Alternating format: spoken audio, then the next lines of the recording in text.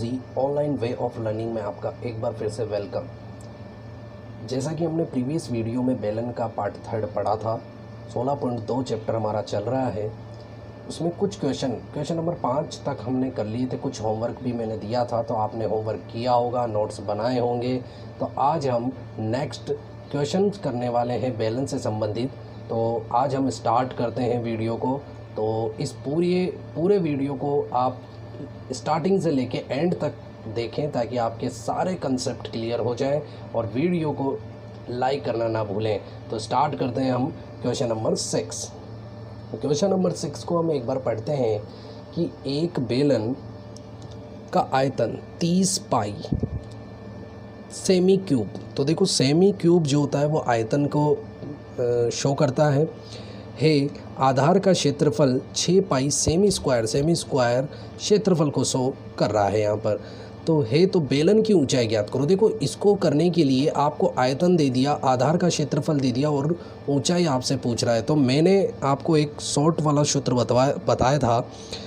क्या क्या दे रखा है वो लिख लेते हैं पहले। कि बेलन का आयतन आपको दे रखा था 30 पाई सेमी क्यूब। यहाँ पाई का मान पाई रखें। आधार का क्षेत्रफल भी आपको दे रखा है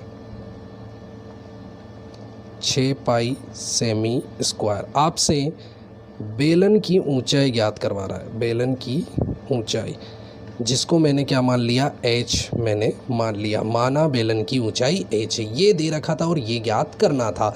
उसके बाद आपको देखो, मैंने एक संबंध बताया था। आयतन का बेसिक सूत्र क्या होता है, आधार का क्षेत्रफल इंटू ऊंचाई। तो वही आपको यहाँ लगाना है।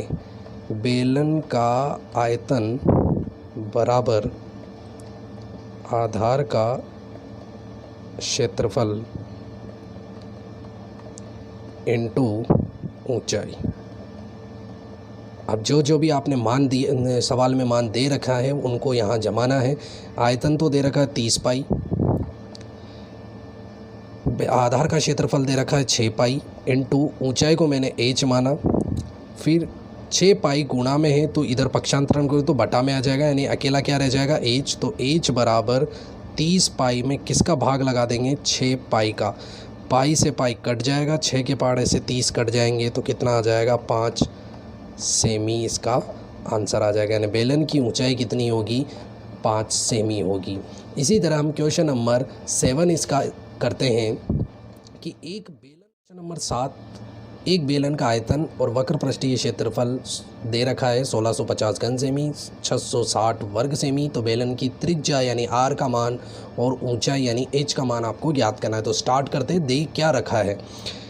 तो सबसे पहले हम स्टार्ट करते हैं कि बेलन का आयतन आपको दे रखा है, कितना दे रखा है, 1650 घन सेमी यानी सेमी क्यूब। अब यहाँ पर ध्यान रखना है कि देखो, आयतन और क्षेत्रफल क्रमशः के बाद वाले मान, यानी स्टार्टिंग वाला मान आयतन के लिए होगा और बाद वाला मान इस बाद वाले क्षेत्रफल के लिए होगा। तो ये ध्यान रखना, क्रमशः का मतलब ये होता है क्रम से। तो आयतन हमें दे रखा था, तो आयतन का सूत्र आपको पता ही है, पाई आर स्क्वायर h बराबर किसके दे रखा है, 1650। ये दे दो, इसको समीकरण फर्स्ट दे दो। आपको वक्र पृष्ठ दे रखा है बेलन का, तो मैंने लिखा बेलन का वक्र पृष्ठीय क्षेत्रफल, ये कितना दे रखा है, 660 सेमी, क्षेत्रफल इसलिए सेमी स्क्वायर। वक्र पृष्ठ का सूत्र होता है 2 पाई आर एच। कितना दे रखा है यहाँ पर, 660। समीकरण नंबर इसको दे देना 2। अब क्या करना है, कभी भी आपको इस तरह से 2 समीकरण आए और आपसे r और h पूछे तो हमेशा भाग लगाना है, क्योंकि यहाँ से कुछ को हटाने के लिए भाग दिया जाता है। तो क्या करना है, समीकरण किसी में भी दे दो, छोटे में बड़े में। तो समीकरण 1 में समीकरण 2 का भाग लगाने पर, अब भाग लगाते हैं किस तरह से, तो देखो ये दोनों आपस में भाग में लिखना है और इधर वालों को इधर भाग में लिखना है, यानी कि पाई आर स्क्वायर, एच में भाग लगाना है 2 पाई आर एच बराबर 1650 में भाग लगाना है किसका, 660 का। ठीक है, 660 का। यहाँ पर कैसे काटना है, देखो पाई से पाई कट जाएगा, आर से आर का ये स्क्वायर कट जाएगा, क्योंकि यहाँ 2 बार आर है तो स्क्वायर से ही कट जाएगा तो आर बचेगा। एच से एच भी कट जाएगा तो बचेगा क्या, आर। 1 0 से 1 0 कट जाएगा। यहाँ और क्या कट रहा है, तो यहाँ पर कट रहा है, देखो ये काट देते हैं हम, किस पहाड़े से कटेंगे, ये कट जाएंगे आपके 3 के पहाड़े से। देखो 3 पंजे 15, 3 पंजे 15, 3 दूनी 6, 3 दूनी 6। अब ये कट रहे हैं 11 के पहाड़े से, तो 11 पंजे 55 और 11 दूनी 22। इसमें आप भाग लगाना चाहो तो 2.5 भी लिख सकते हो, मैं इसको बटा में, या फिर इसको हम 2.5 भी कर सकते हैं, यानी त्रिज्या का मान 2.5 होगा। किस में आएगा, त्रिज्या सेमी में आएगी। अब न रहा हमारे पास ऊंचाई निकालना। अब ऊंचाई कैसे निकलेगी, जब भी एक मान आ जाए उसको चाहे समीकरण 1 में रख दो चाहे समीकरण 2 में रख देना। तो यहाँ पर समीकरण 2 में रख देता हूँ। समीकरण 2 में आर का मान रखने पर, तो किस तरह से रखते हैं, देखो समीकरण 2 थी 2 पाई आर एच, यानी कि 2 इंटू पाई की जगह 22/7 इंटू आर की जगह यहाँ रखा जाएगा कितना, 5/2 इंटू एच की जगह एच, क्योंकि ज्ञात करना है, बराबर 660। ऐसे के ऐसे 660 660। ठीक है, अब इनको काटते हैं। देखो 2 से तो ये 2 कट जाएगा। अब कुछ नहीं कट रहा तो एज ज्ञात करने के लिए बाकी इनका क्या कर देंगे, पक्षांतरण कर देंगे। तो 660 तो ऐसे कैसे आया, इंटू लगा दो। अब देखो जो ऊपर होते हैं वो कहाँ चले जाते हैं, नीचे। ये दोनों तो नीचे चले जाएंगे और ये जो बटा में होता है वो चला जाएगा पक्षांतरण होने के बाद ऊपर। 22 के पहाड़े से ये कट जाएगा, 22 तिया 66 और 0 का 0। 5 से ये कट जाएगा 6 बार, तो 6 और 7 को इंटू करोगे तो 7 तिया 7 छिंग 42। तो एच का मान कितना हो जाएगा, 42 हो जाएगा सेमी। तो अतः आप आंसर लिख सकते हो, अतः बेलन की त्रिज्या तो कितनी आई थी, 2.5 सेमी आई थी, और इसकी ऊंचाई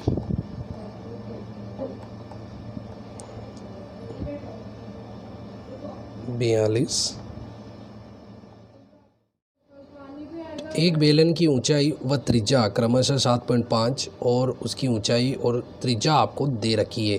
पूछा क्या है, इसके बेलन संपूर्ण पृष्ठ का क्षेत्रफल और वक्र पृष्ठ के क्षेत्रफलों में अनुपात ज्ञात कीजिए। यानी एक ही बेलन है, ध्यान रखना, अलग अलग नहीं है। एक ही बेलन का संपूर्ण पृष्ठ और उसका वक्र पृष्ठ दोनों का अनुपात यानी कि आपको ज्ञात करना है। तो सबसे पहले दे क्या रखा है उसको लिखते हैं कि सबसे पहले हमें दे रखा है बेलन की ऊंचाई। तो लिख देंगे बेलन की ऊंचाई, यानी एच का मान आपको दे दिया 7.5 सेमी। और क्या दे रखा है, बेलन की त्रिज्या यानी कि आर का मान ये दे रखा है 3.5 सेमी। अब पूछा क्या है, तो प्रश्नानुसार संपूर्ण पृष्ठ का क्षेत्रफल और वक्र पृष्ठ के क्षेत्रफल का अनुपात, यानी कि बेलन का संपूर्ण पृष्ठीय क्षेत्रफल। अनुपात का मतलब बटा भी होता है, तो मैं बटा लिख देता हूँ यहाँ पर। बेलन का वक्र पृष्ठीय क्षेत्रफल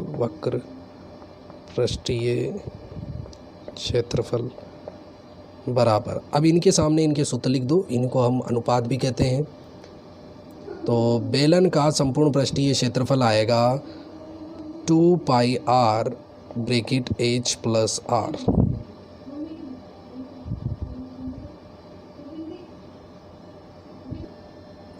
तो बेलन का संपूर्ण पृष्ठीय क्षेत्रफल और वक्र पृष्ठीय क्षेत्रफल का हमने क्या निकाल लिया, अनुपात। इसका सूत्र यहाँ लिखा, बटा में लिख दिया। वक्र पृष्ठ का सूत्र होता है 2πRh। ठीक है, अब यहाँ पर देखो 2πr से तो 2πr कैंसिल हो जाएगा। h का मान भी दे रखा है और r का मान यहाँ जमा दो। h की जगह 7.5 प्लस r की जगह 3.5 बटा में h की जगह 7.5। 7.5 में 3.5 जोड़ोगे तो कितना हो जाएगा, 11.0 और यहाँ हो जाएगा 7.5 पॉइंट्स। तो यहाँ पर देखो ये पॉइंट के बाद ज़ीरो तो हट जाएगा। अब 7.5 है, इसका एक जीरो हटाने के लिए ऊपर क्या बढ़ा दोगे, इनटू किससे कर दोगे, 10 से। तो ये हो गया 110/75। ये किस पहाड़े से काटोगे आप, 5 के से। 5 दूनी 10, 5 दूनी 10, ये कट जाएगा 15 बार। अब किसी से नहीं कट रहा, यानी आंसर क्या आएगा, 22/15, या फिर इसको बोल सकते हो 22:15।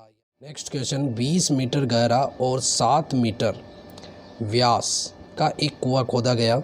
इससे निकाली मिट्टी से 22 मीटर इंटू 14 मीटर माप का एक चबूतरा बनाया है। देखो चबूतरा कौन से आकार का होता है, घनाभाकार।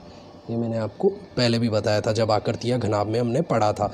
तो चबूतरे की ऊंचाई ज्ञात करो, यानी कि ये लंबाई है और ये चौड़ाई है, तो हमें क्या ज्ञात करना है, चबूतरे की ऊंचाई। तो इसको स्टार्ट करते हैं एक चित्र के माध्यम से, पहले इसको सॉल्व करते हैं। कि आपको पता है कुआं कौन से आकार का होता है, बेलनाकार। तो आपको इस कुएं का व्यास कितना दे रखा है, 7 मीटर, और इसकी गहराई यानी ये यहाँ से यहाँ तक की गहराई यानी कि एच का मान कितना दे रखा है, 20 मीटर। इससे क्या निकली, मिट्टी, यानी निकाली गई मिट्टी से हमने एक क्या बना दिया, चबूतरा। और चबूतरा कौन से आकार का होगा, बेलनाकार। तो इसकी आपको लंबाई यानी एल का मान तो दे दिया 22 मीटर, इसकी चौड़ाई यानी बी का मान दे दिया 14 मीटर, और ऊंचाई यानी कैपिटल एच में मान लेता हूं। तो चबूतरे की ऊंचाई हमें ज्ञात करनी है। तो सबसे पहले स्टार्ट करते हैं, क्या क्या हमें दे रखा है, बेलनाकार कुएं का, बेलनाकार कुएं का व्यास कितना दे रखा है, 7 मीटर। अब आपको पता है व्यास जब भी देगा तो हम त्रिज्या निकालेंगे, 7 का आधा यानी 7/2 लिख दो, या फिर इसकी जगह 3.5 मीटर भी आप लिख सकते हो। ऊंचाई, कुएं की ऊंचाई यानी एच का मान आपको कितना दे रखा है, आपको 20 मीटर। इधर आपने मिट्टी निकाली थी तो उससे चबूतरा बना, तो चबूतरे के बारे में क्या क्या दे रखा है वो भी लिख लेते हैं। चबूतरे की लंबाई, और यहाँ घनाभाकार लिख देंगे तो आकृति हो जाएगी, घनाभाकार।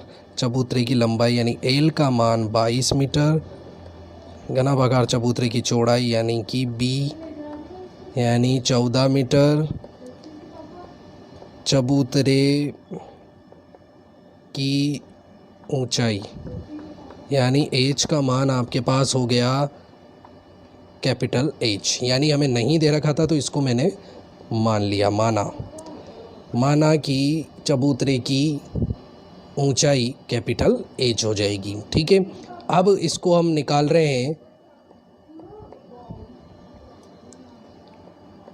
इसके बाद हम इसको स्टार्ट करते हैं प्रश्नानुसार, यानी आपने क्या करा, प्रश्नानुसार एक आकृति से दूसरी आकृति बनाई। तो एक आकृति का आयतन दूसरी आकृति के आयतन को हम दोनों को बराबर कर देंगे तो आपका आंसर निकल जाएगा। तो देखो किस तरह से करते हैं। तो बेलनाकार कुएं का आयतन, बेलनाकार कुएं का आयतन बराबर कर दो घनाभाकार चबूतरे के आयतन के, घनाभाकार चबूतरे का आयतन। अब इनका आयतन देखो, बेलनाकार कुएं का आयतन यानी बेलन का आयतन ही लगेगा, होता है πr² h। घनाभाकार चबूतरे का आयतन, चबूतरा होता है घनाभाकार, तो घनाभ का आयतन क्या होता है, LBH यानी L into B into H. अब H यहाँ मैंने कैपिटल माना है तो यहाँ कैपिटल H लिख देना।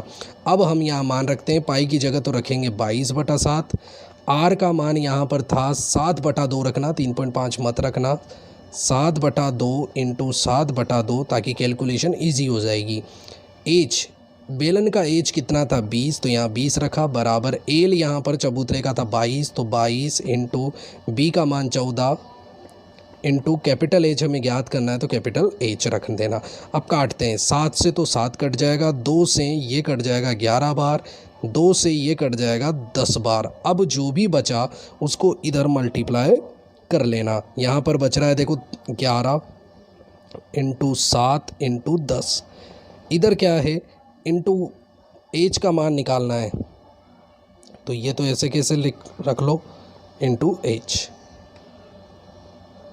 अब क्या करना है, एच का मान आपको निकालना है तो इनका क्या कर देना, इधर पक्षांतरण कर देना। तो 11 इंटू 7 इंटू 10 बटा में कौन चला जाएगा 22 इंटू 14, क्यों, क्योंकि एच के इंटू में है तो जब पक्षांतरण करेंगे तो ये बटा में आ जाएगा। 11 दूनी कितने होते हैं 22, 7 दूनी कितने होते हैं 14, 2 पंजे कितना होता है 10, यानी एच का मान ऊपर तो बच रहा है 5 और बटा में कितना बच रहा है 2, 5/2 इसका आंसर था, या फिर इसको बोल सकते हो 2.5 मीटर।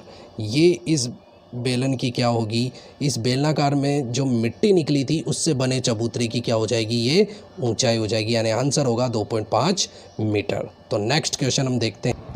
नेक्स्ट क्वेश्चन हम करते हैं, एक बेलनाकार बर्तन में 30,800 सेमी क्यूब पानी भरा जा सकता है, तो इसकी भीतरी व्यास आपको दे दिया, तो उसका भीतरी वक्र पृष्ठ का क्षेत्रफल आपसे ज्ञात करवाया। तो किस तरह से हल करेंगे, देखो भीतरी व्यास सोल्व करते हैं इसको। देखो बेलन का व्यास, बेलन का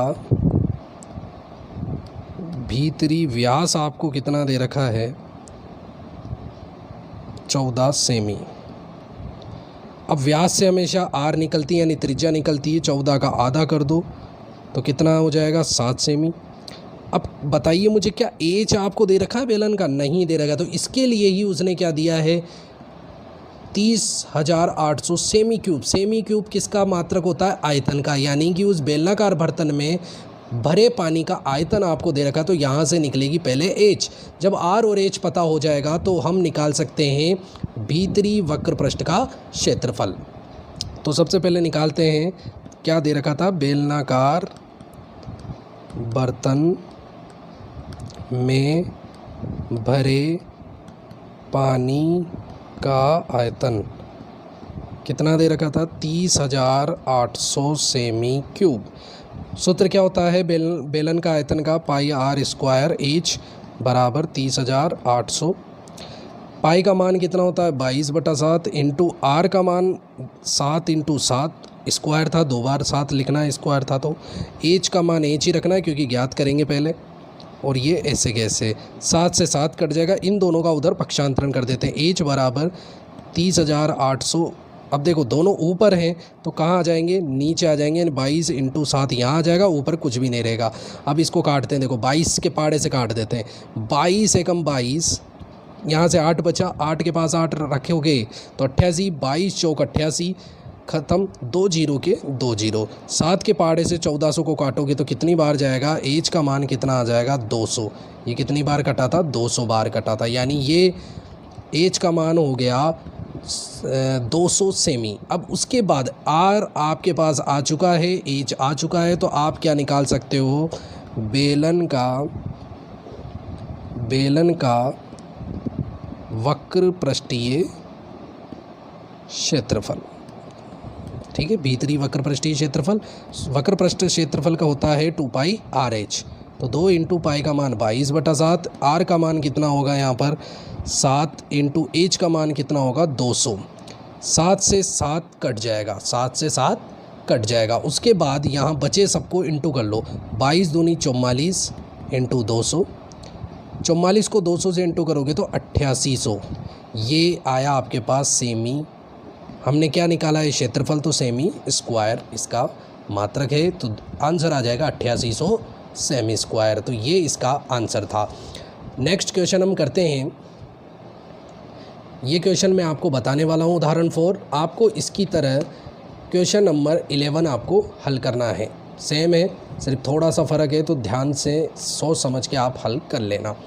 उदाहरण 4 क्या कह रहा है, देखो एक खोखले बेलन की ऊंचाई, देखो बेलन कौन सा आ गया, खोखला, तो खोखले बेलन के यहाँ सूत्र लगने वाले हैं।